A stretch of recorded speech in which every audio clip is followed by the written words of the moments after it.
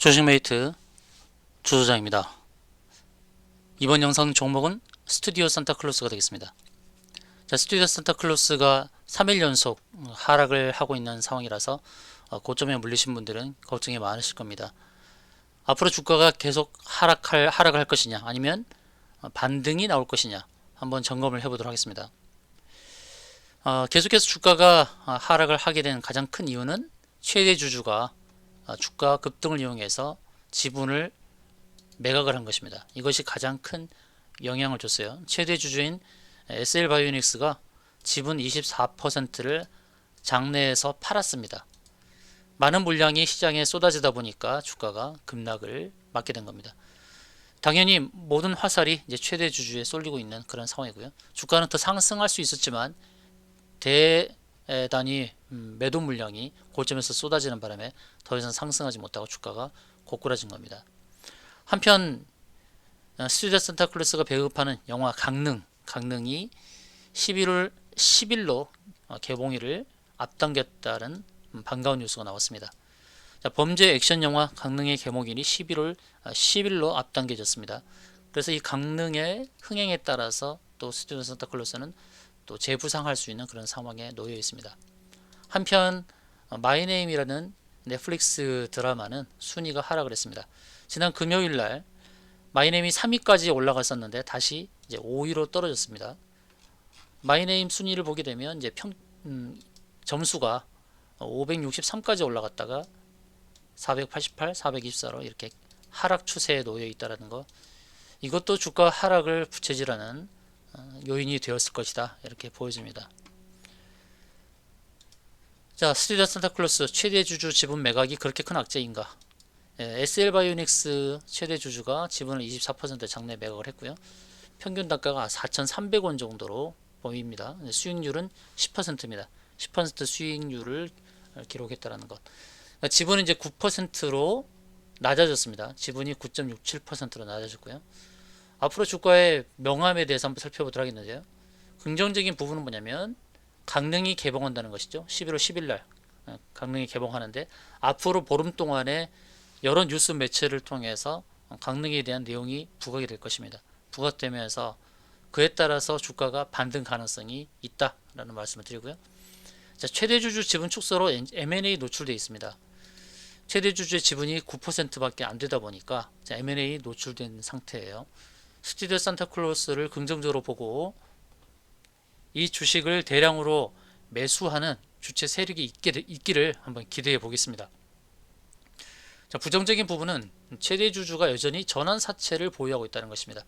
자, 12월부터 내년 2월 달까지 전환 가능성이 있는데 그 물량이 648만 주고 17% 수준입니다. 17% 수준. 상당히 많은 물량이에요. 전환이 될 수 있는 가격대가 1920원부터 2300원입니다. 현재가가 3500원이니까 굉장히 낮은 수준에서 전환을 할 수 있다는 거. 얼마든지 차익 실현을 할 수 있다는 것이죠. 자, SL바이오닉스가 지분 24%를 매각을 한 것을 봤을 때는 이 학습 효과를 잘 기억하시고요.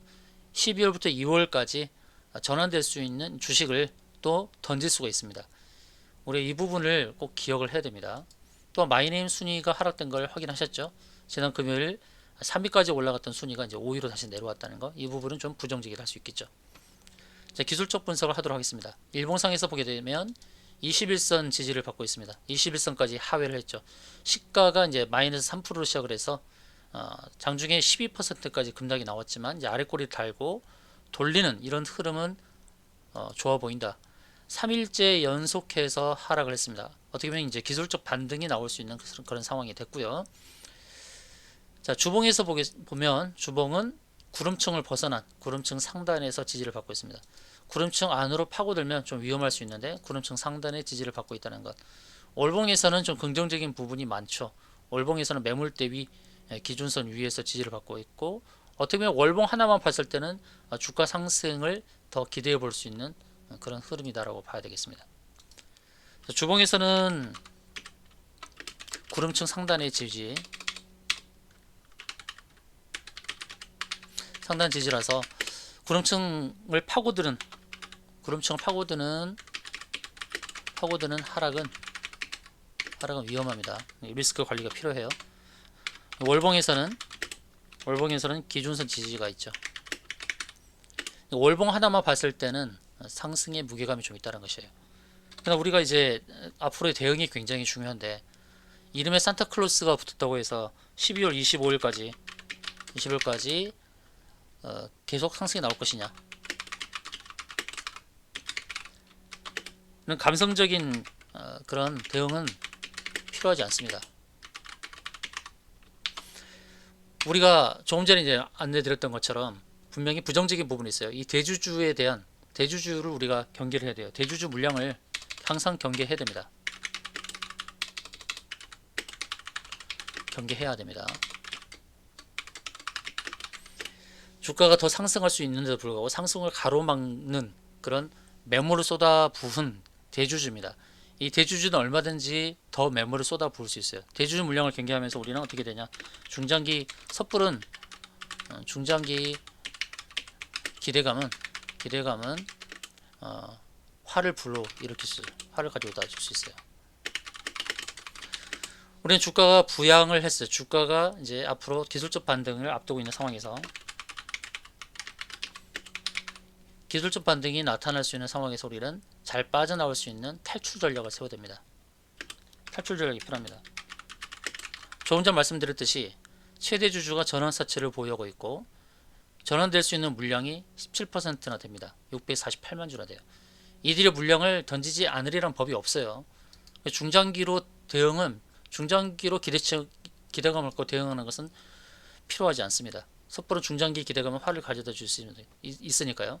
기술적 반등을 기대하면서 탈출 전략을 잘 세워야 됩니다.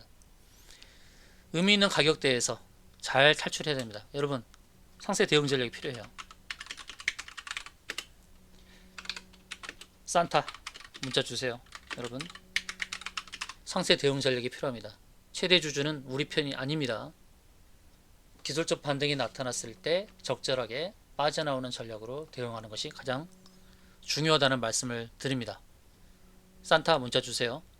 이상으로 방송을 마치겠습니다.